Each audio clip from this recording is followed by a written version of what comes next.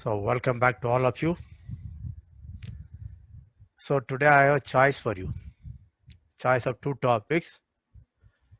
Whatever you choose, I will speak on that. So let me share the screen. Yeah. Can all of you see the choices which I had given? So right. So those who want inverse function theorem say yes. Those who want L'Hopital's rule say no. So out of 11, let me just see.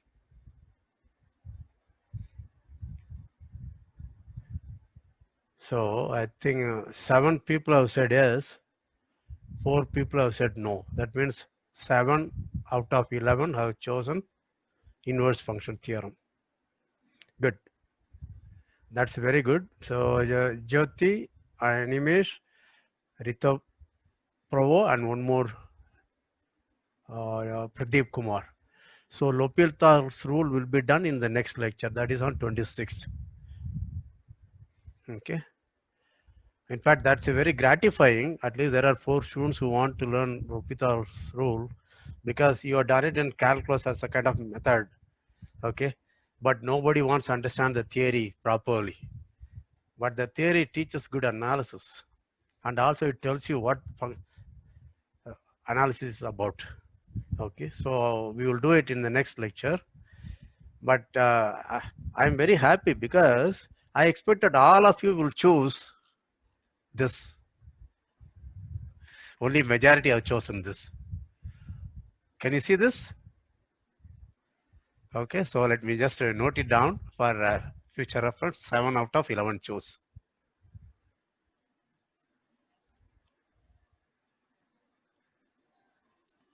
Not all. Good. Okay. I would like to take a group photo. Are all of you ready? Towards the end, please remind me. You will take a group photo. Right. So let us start with the inverse function theorem. So the title is going to be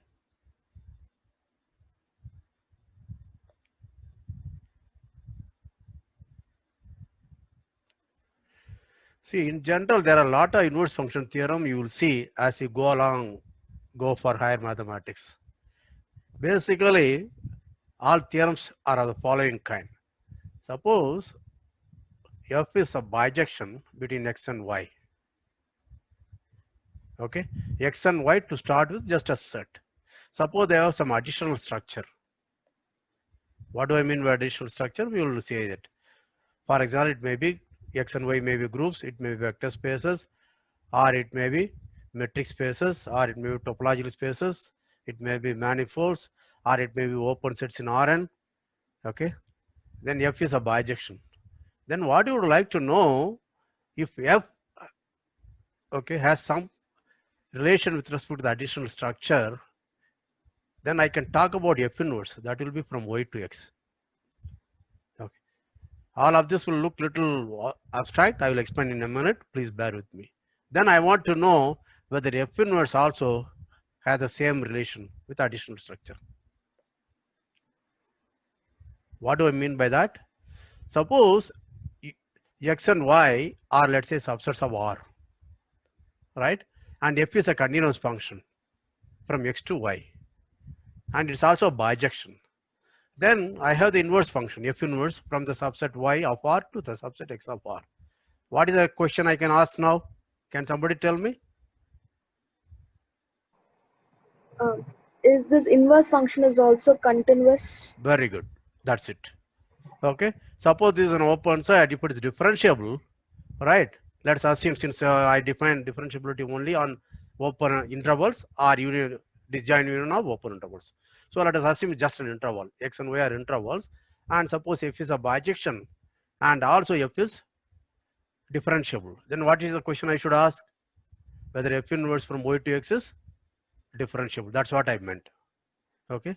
So all these kind of theorems are called inverse function theorem. The moment I know f has the property and f is also bijection, then whether f inverse has the same property. This is a very abstract way of looking at inverse function theorem.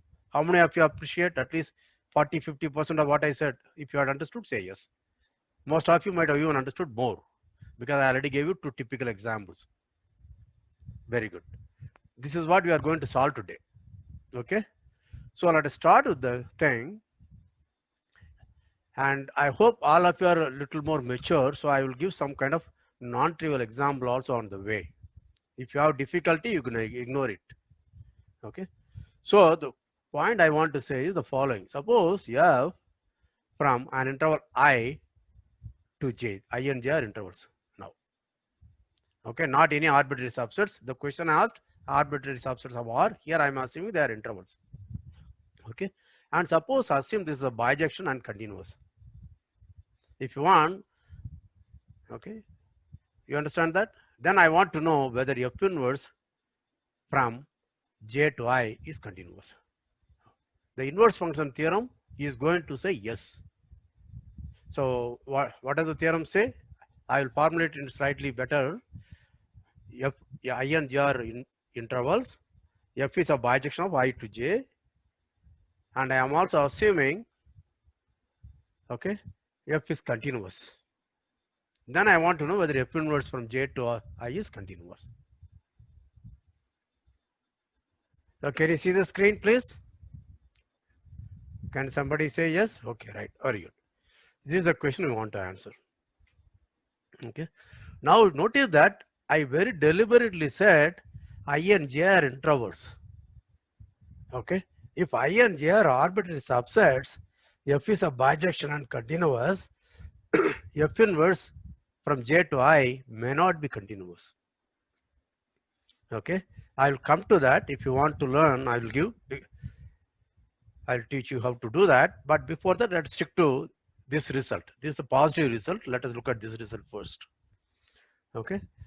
So the basic idea is the following. So, okay, instead of bijection, you can see if it's a continuous function, which is a bijection, then by intermediate theorem, you know it has to be monotone. Okay. Please check my book. You would have seen our continuity lectures. I would have proved that. Okay.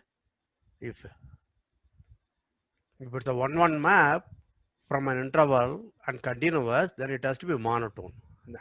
That is by intermediate theorem. Okay. You can also consult my book. I would have given a proof for that. Okay. Or it may even be available in my video. Okay. So the first thing observation is something very interesting. Let me make it as a lemma. Suppose f is from an interval I, okay, to something j. Okay, all are subsets. This is an interval. And assume f is monotone. That means either increasing or decreasing. And assume f of I equal to j. This is strictly monotone. Okay, f of I equal to j. So with our loss of generality, let me assume f is strictly increasing. Okay, you understand that? Now notice that since it's strictly increasing, it's 1-1. Because if x1 is less than x2, given two distinct numbers x1 and x2 in I, if x1 is not equal to x2, one of them is less than the other. Let us assume x1 is less than x2. Since it's strictly increasing, fx1 will be strictly less than fx2. Therefore, x1 not equal to x2 implies fx1 not equal to fx2. You understand? Therefore, it is 1-1. And I also said the image is j, therefore it's onto. Therefore, this is a bijection. You follow that? Okay. Then I want to claim f is continuous.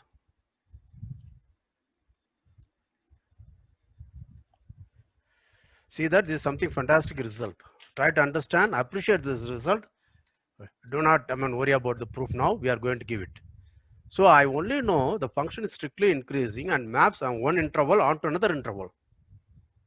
You understand? then I claim it has to be continuous. You see the order relation puts, okay, gives rise to a topological condition, namely it has to be continuous. Okay, the proof is very easy, but except if you look at the picture, it will make life much easier. So let me do that way. Yeah, here it is. Yeah, I keep forgetting. Here it's here. Okay. So to prove f is continuous, what should I do? You start with a point A in I, then I have to say f is continuous at I. So this I have to prove for each and every A, right? So I have to make use of, see, various conditions. What are the equivalent conditions? We have seen various equivalent conditions for continuity, like sequential definition or epsilon delta definition, right? Also limit definition. One can use limit definition also, but then I have to talk about the kind of types of discontinuity for monotone functions. But instead, I will use epsilon delta definition to prove this. Do you understand that? To prove f is continuous at A, I am going to use epsilon delta definition. Okay. So let us look at the picture. This, my I is here and A is a point. With our loss of generality, let us assume A is in the open interval. Okay. That is, there is an open interval around A which is completely contained in I. It's an interior point, if you want to say. But the proof, if it's A, it happens to be one of the endpoints like this or like this also, the proof works. But I will assume that A is interior point. Okay. Now, what I want to do? What I want to do, since it's an interior point, therefore there exists an x1. Maybe I should draw x1 slightly at a different place. So let us say there exists an x1 and there is an x2 which are in I, so that, okay, x1 is less than A, less than x2, and x1, x2 are in I. Can I do that? It is same as saying something, some interval A minus R to A plus R is completely contained in the interval I. My A minus R may be x1, A plus R may be x2. Do all of you understand this? Say yes if you understand. Okay, you can remove that. Okay. Now, this is the domain. Now let's look at the codomain. Now I have FA. In my picture, I would have drawn a picture like this. It's difficult for me to draw here, so I'm just looking at this. But in my book, you can see the picture in using XY axis. Okay, this is f of A. Now, therefore, my f of x1 is here and f of x2 is here. Do you know why it is here? Because f is increasing. Therefore, f of x1 will be strictly less than f of A, which is strictly less than f of x2. Do all of you understand this? Yes? Right. Now, what I want to do is I want to look at this distance and this distance, fx1 and fa and this. Okay. Take the minimum of the possible distances. That is the distance, that is minimum of fa minus fx1, fx2 minus fa. Okay. Right. Let us call it delta, or okay, let us call it epsilon. No, let me call it r because epsilon come later. Let r equal to minimum of fa minus fx1 and fx2 minus fa. Yeah, that means I can put fa minus r to fa plus r. Do all of you understand this? Now notice that the whole thing takes place in J, and this is an interval. J is an interval. Therefore, this point, namely fa plus r, okay, this must be, maybe one of them, but let's not worry about. This must be a point of J. Do you understand that? This is in the image of F. How many of you understand that subtle point? This is in the image of F because this is a point of J, but J is F of I. Therefore, there exists some point in I such that its image is this point. Similarly, this point. Do all of you understand this? Make sure that you understand. If you have a problem, tell me. If you want to say a positive minimum. Okay, these 2 points, let us call those points. Now notice that where will those points be? That must be some point R and S. So that f of R is this point and f of S is this point. Okay, you give a name if you want. Okay, f of A minus R, f of A plus R. Do all of you understand this? Right? Yeah. And how did, because of the inequality, fx1 is less than fa minus R, less than fa plus R, less than fx2. My R should satisfy the inequality, x1 less than R, less than A, less than S, less than x2. Do all of you understand this? Okay. Now we are through. Now you give me any epsilon. Okay. Let epsilon positive be given. Okay. Now I can assume this epsilon is less than R. Positive but less than R. Right? So this is my fa minus epsilon and fa plus epsilon. You see that how much it helps to draw pictures so that you can understand easily. You understand this? For this epsilon, to prove continuity, what is that I have to do? I have to find a delta. What delta do you think I can choose? Can somebody come up? Look at the picture. You should be able to come up with this. So this is fa plus epsilon. This is, sorry, fa minus epsilon. This is fa plus epsilon. Okay. Then what is that? I have to find a delta so that a minus delta to a plus delta, take any point x, that fx should lie in this epsilon interval. So what should be my choice of delta? If somebody knows the answer, please say yes. I will call out that person. Swaroop?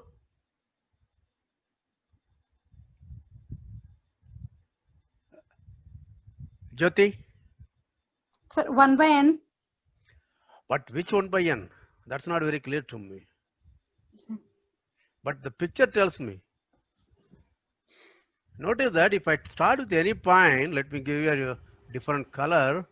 Take any point here between this R to S, that should lie, because f of R is f of A minus R. This is f of A minus R. This is f of A plus R. Right? Therefore, what do I know? This R, f of R is going to be, this f of S is going to be there. Therefore, every point here between R and S will lie within this interval. All right? And this f of A minus epsilon is going to be corresponding to that. So what should I do? I have to take again what I did here. Take the minimum of these two distances, and that is your delta. Therefore, this A minus delta to A plus delta, all these points will be mapped into this. Please spend some time. Okay, I will give 15 seconds. If you want, I will repeat the proof.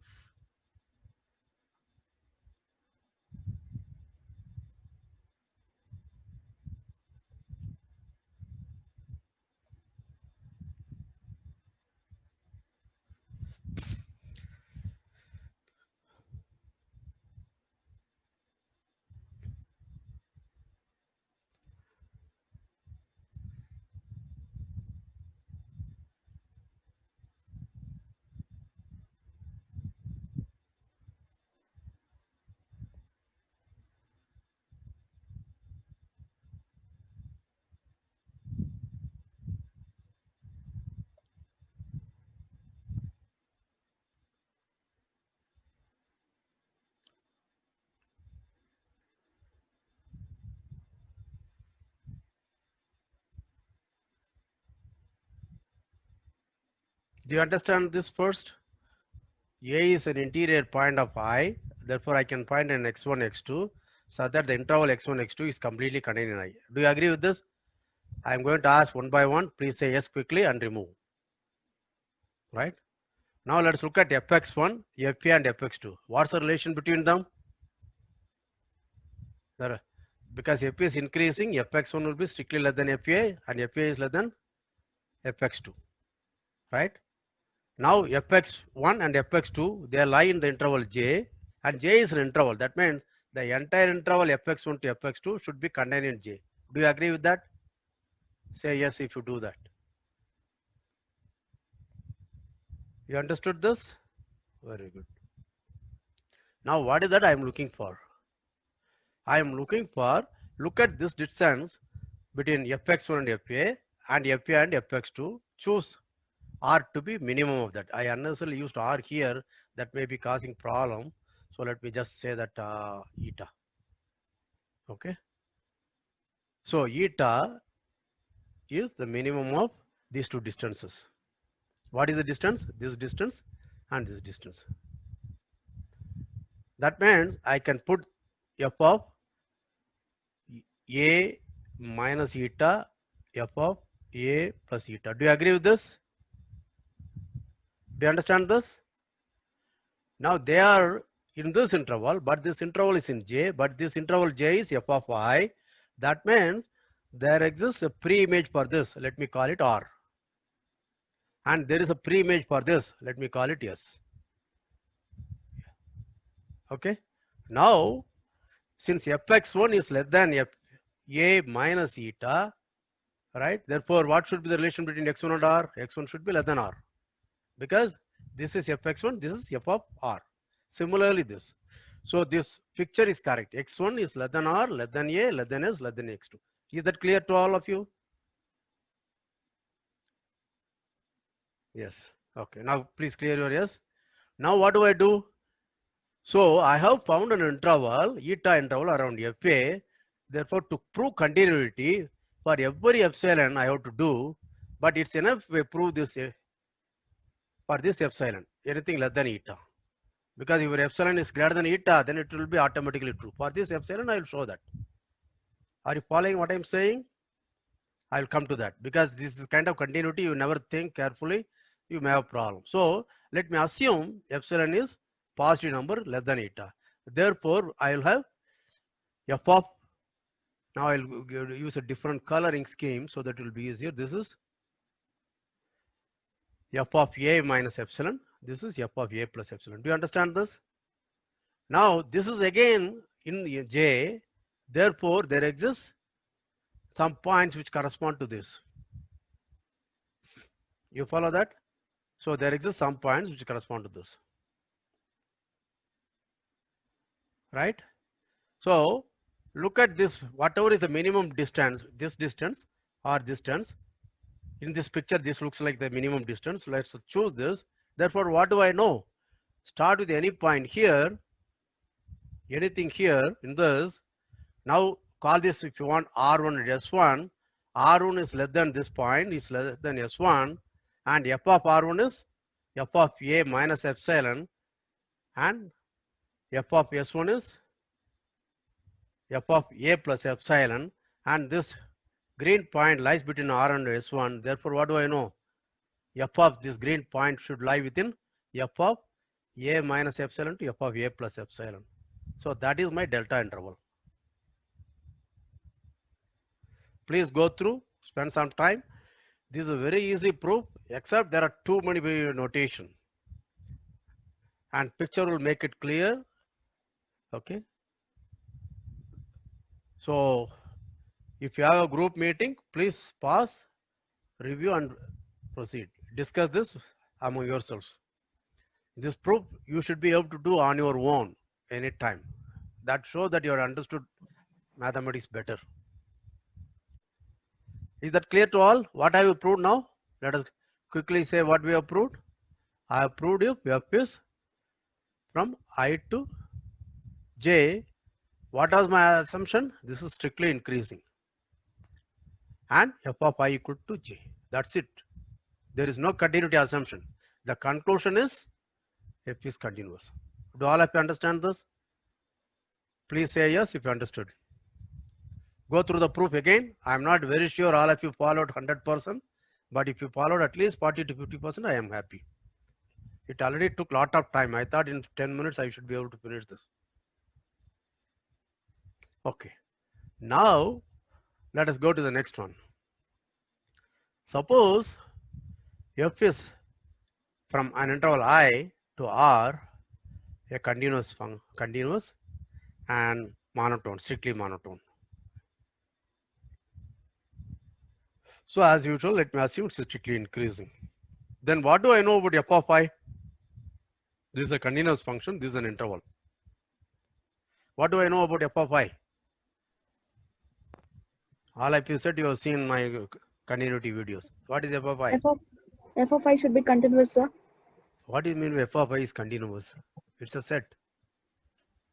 It is also an interval. It's also an interval. So what is the definition of interval? I have a subset S of R. When do I say S is an interval? I already said that in one of the earlier meetings. If you give me X and Y, and if you tell me X is less than T is less than Y, then T also is in S. That is the entire interval. If X and Y belong to S, then the entire interval XY should be in S. All the points in between X and Y should be in S. That's it. Assuming X is less than Y. Otherwise, Y less than T less than X. All the points T which lie between X and Y. Okay, that is the definition of an interval. What you look at is, these are all descriptions. Okay, these are all concrete descriptions of intervals. Okay, and empty set is also an interval. Singleton is an interval. Okay, but these are not never listed in your description of intervals. Anyway, so Fi is an interval. How do I prove that? So you give me some alpha and beta here in f of I. What does that mean? And suppose you give me alpha less than gamma less than beta. Then what is that I have to prove? To prove Fi is an interval, I have to prove gamma is in Fi. Do all of you understand this? Please pay attention. It's all right if you have not understood earlier, but please pay attention, learn it well. Is it okay? Yeah, I have to prove this. Right?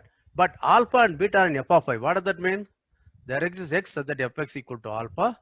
There is a y such that fy equal to beta. Therefore, gamma is an intermediate value between fx and fy. So by intermediate value theorem, I know there exists a t in between x and y. That is x less than t less than y, or y less than t less than x, such that what happens?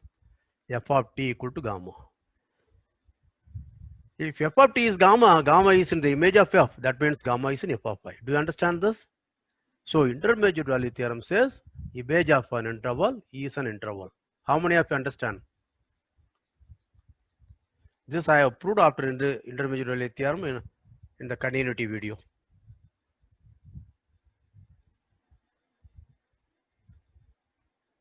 Is that all right? Okay. Next, let us go slow. Suppose I in R is an open interval.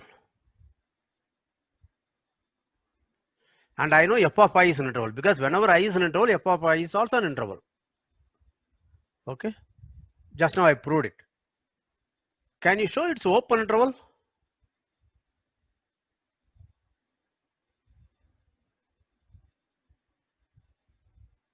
Is it an open interval? Because I want you to think, even though it may not be relevant to what I want to do, I find that many of you are struggling.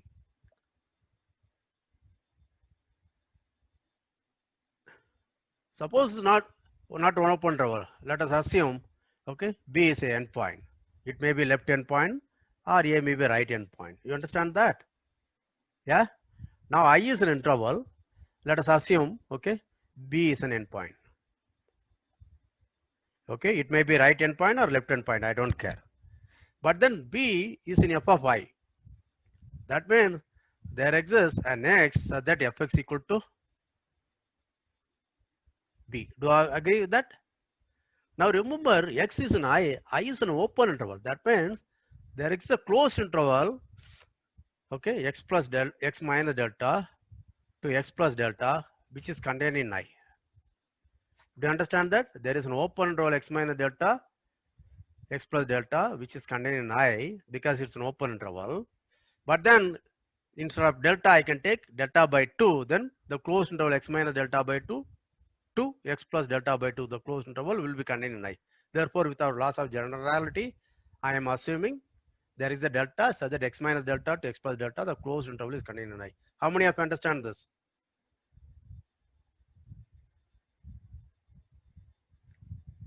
Right. Now, notice that I am assuming it's strictly increasing. Okay, it's the same thing. We are in the same thing. F is strictly increasing, right? Now, then fx, what is the relation between fx and fx plus delta? Sorry, f of x plus delta. If it's strictly increasing, this should be less than this. Do you understand that? Now, if fx is a right endpoint b, then there exists fx delta, which is here,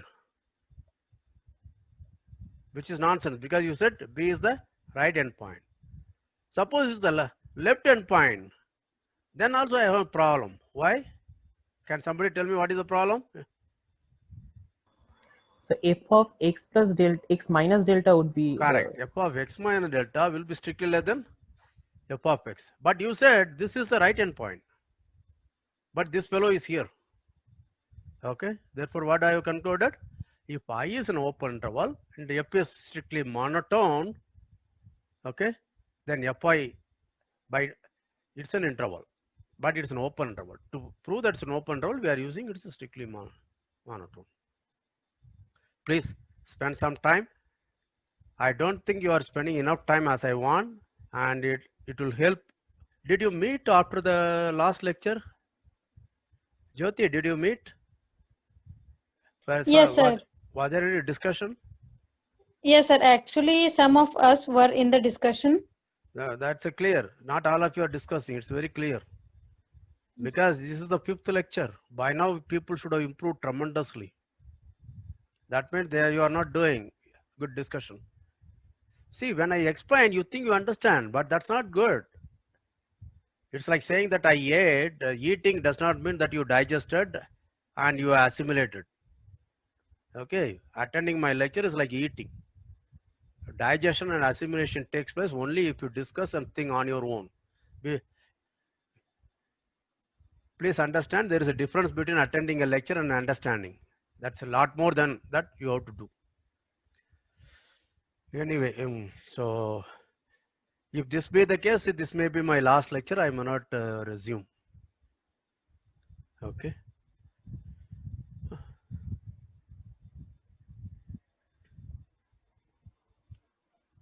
So what did I prove now?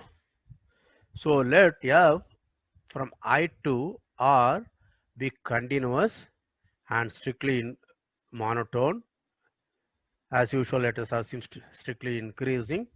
Then j equal to f of I is an interval. And if I is open interval, then this is an open interval. Is that clear? Now, therefore, f from I to j, now notice that this is strictly increasing. Yeah, since it's strictly increasing, the f of I equal to j, by last result lemma, I know this is continuous.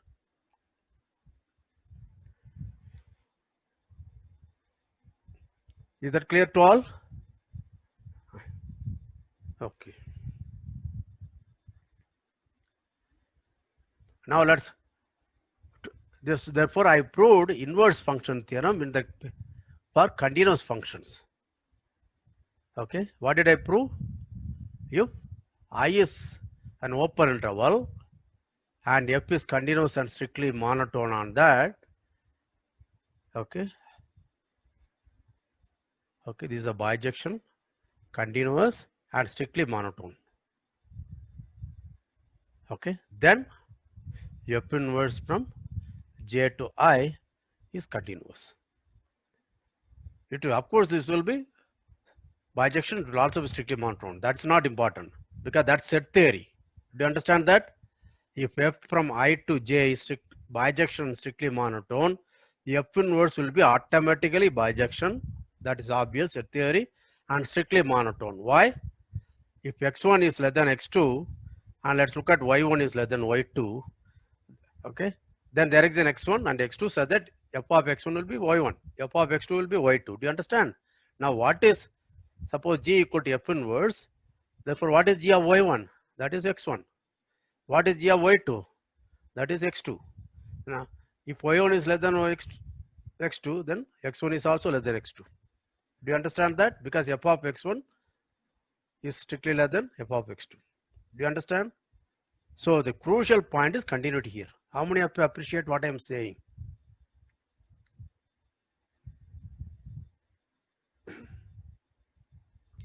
You understand? This is what I call inverse function theorem. What did I say? Inverse function theorem.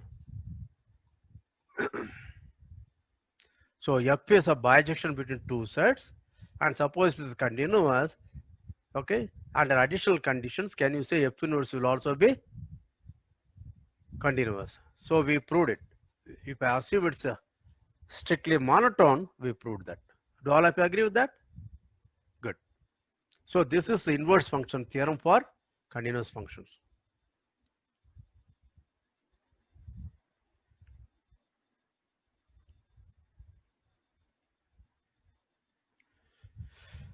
Now I want to prove inverse function theorem for differentiable functions. This is what usually one calls as inverse function theorem in calculus. You will also see inverse function theorem. You will see complex analysis, and again several variable calculus, and again functional analysis. There they will call it bounded inverse function theorem. They are all inverse function theorem. Anyway, so what does this theorem says?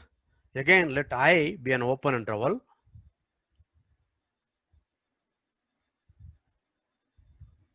And f from I to R be differentiable.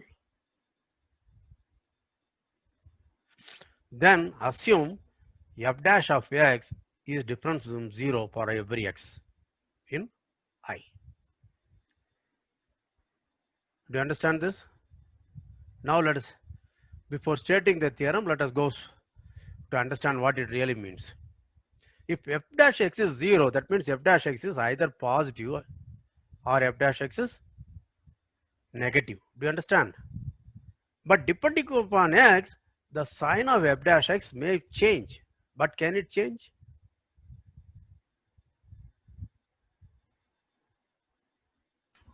No, sir. No, sir. No. Yeah? No, sir, No, it sir. cannot change.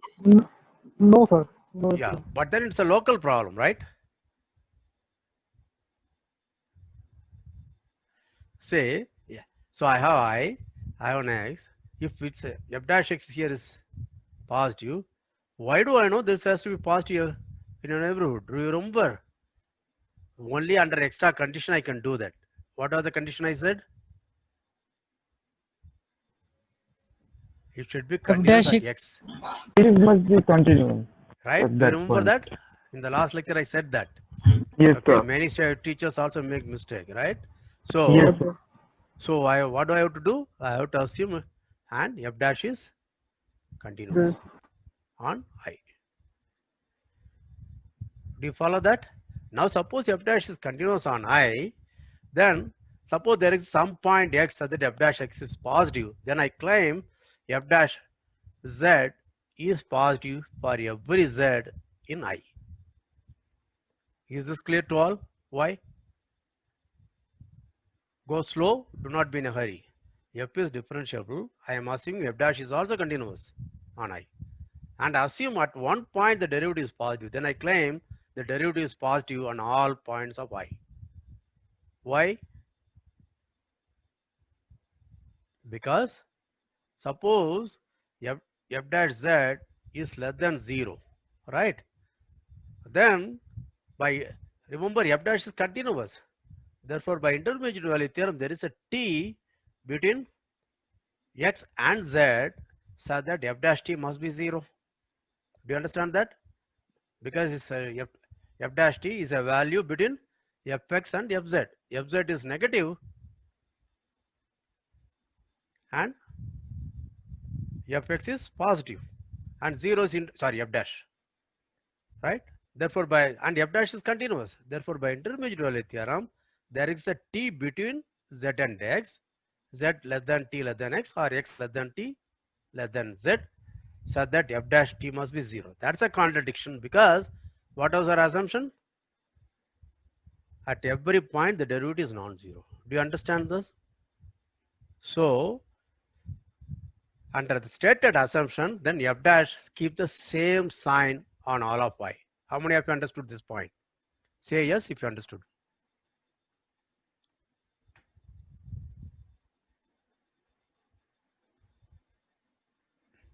Okay. So again, with our loss of generality, let us assume f dash is positive on I. So what does it say about f then? F is strictly increasing on I. Because by mean value theorem, you know, if the derivative is positive on interval, then the function is strictly increasing on the interval. Okay? Very good.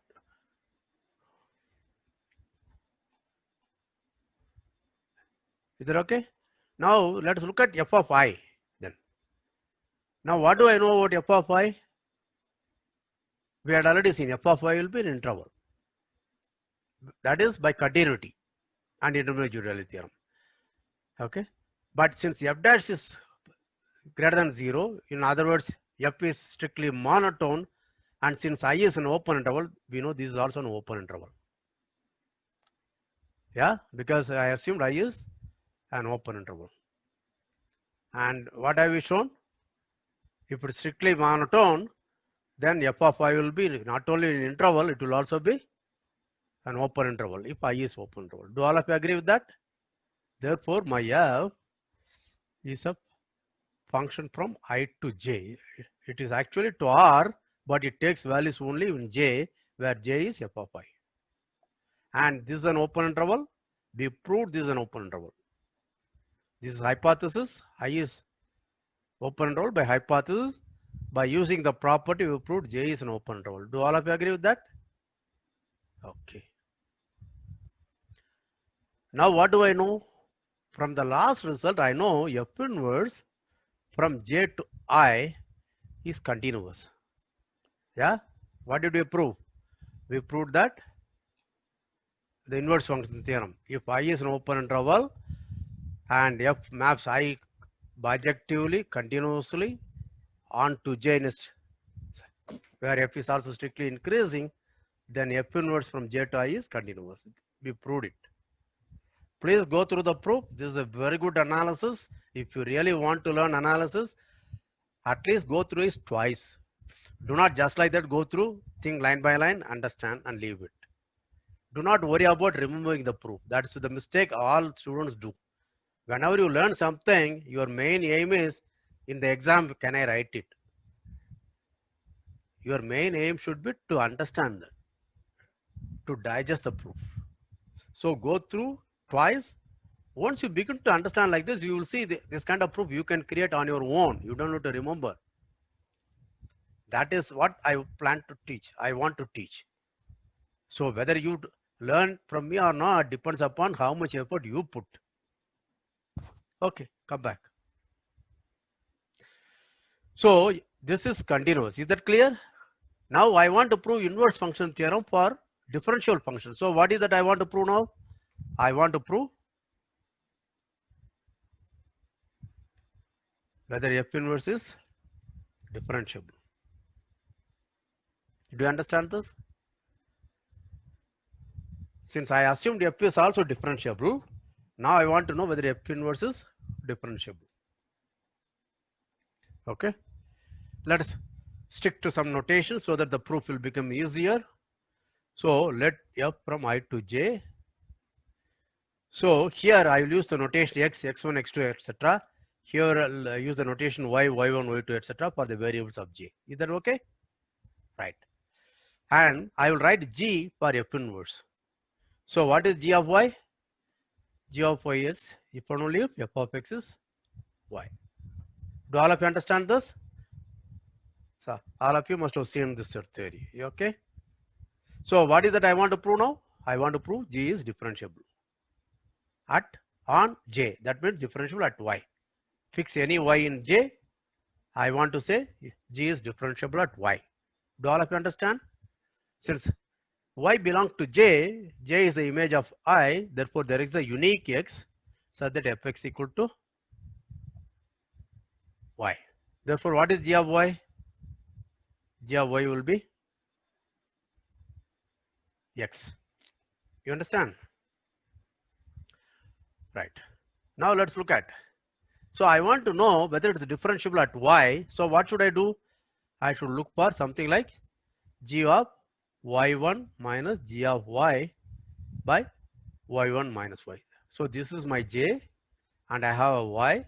So I start with any y1 near to y. Then I have to say this limit as y1 goes to y. This exists. If it exists, then I would also like to know what it is.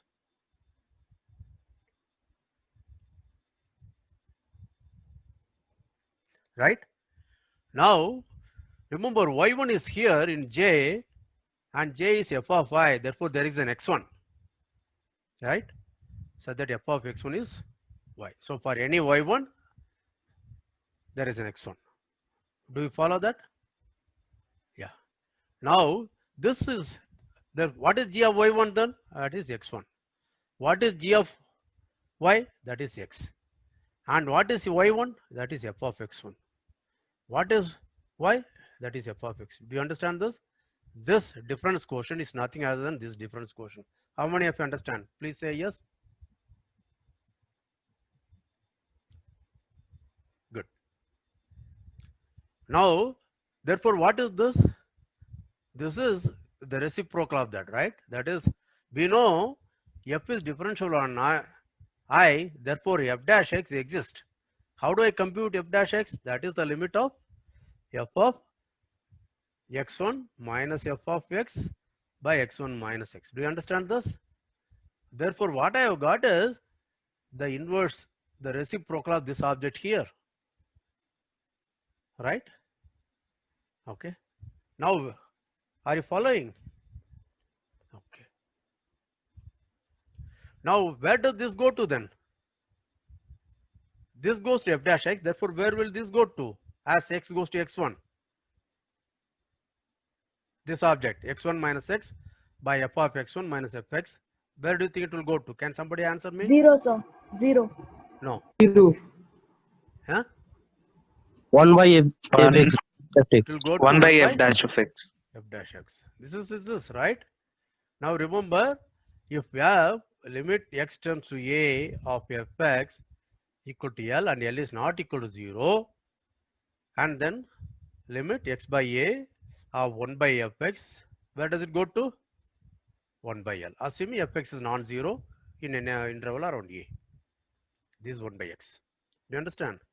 Therefore, this object, as x goes to x1 goes to x, it goes to f dash x.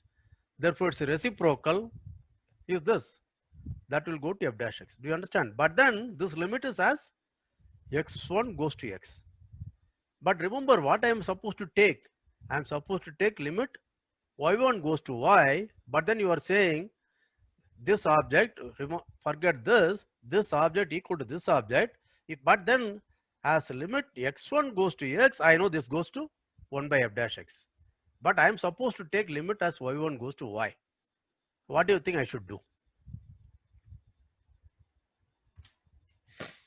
How many of you understand? Please begin to think. Do not worry about remembering anything.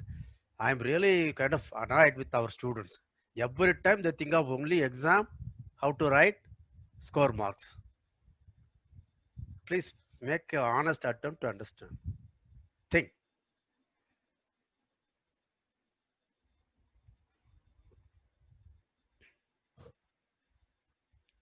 Okay. Now there are two ways.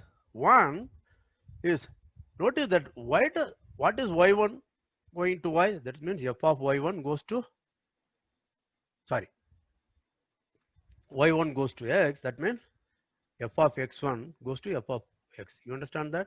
This y1 is f of x1. But notice that since f and g are continuous, x1 goes to x if and only if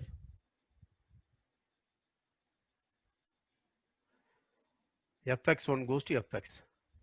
That is same as y1 goes to y. Do you understand this? Because of continuity.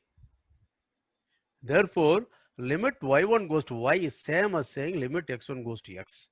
Therefore, limit y1 goes to y of this object is same as limit x1 going to x of this object. But that object by algebra of limits goes to 1 by f dash x. Therefore, we proved it is differentiable, and the derivative of the inverse function is the reciprocal of the derivative.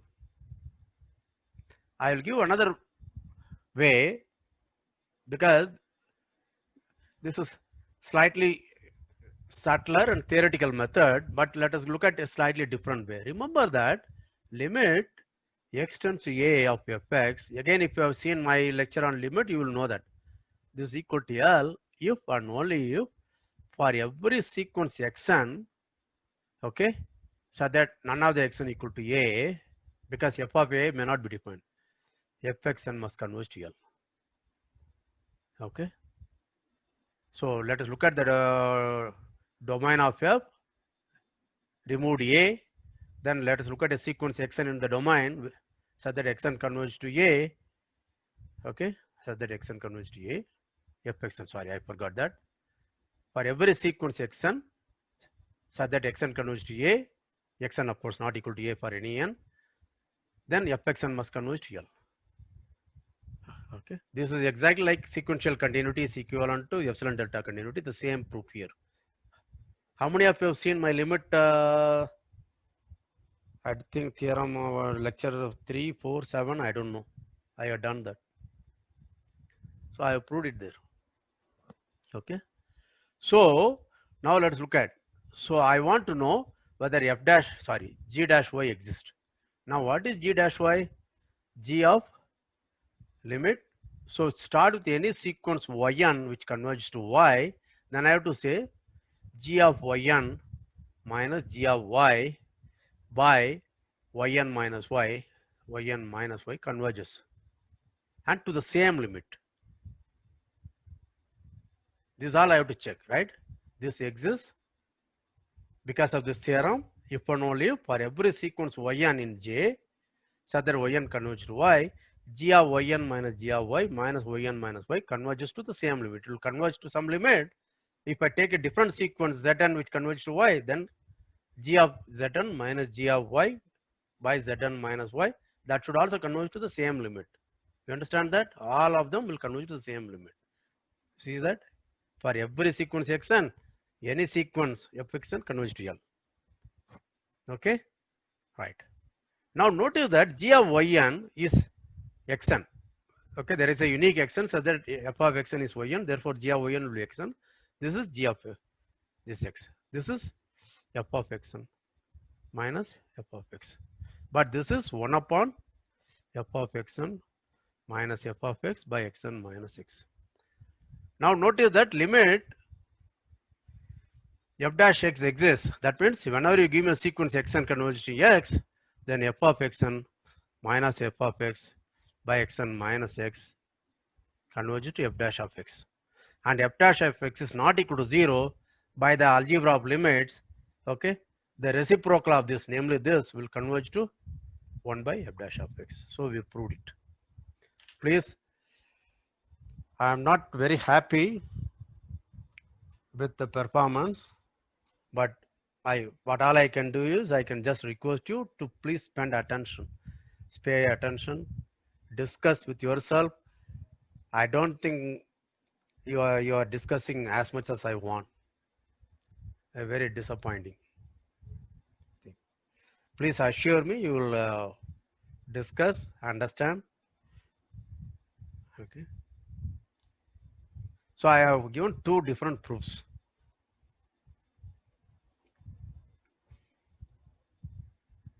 For the continuity we had already proved, the differentiability, the y1 converges to y if only if the corresponding x1 converges to x.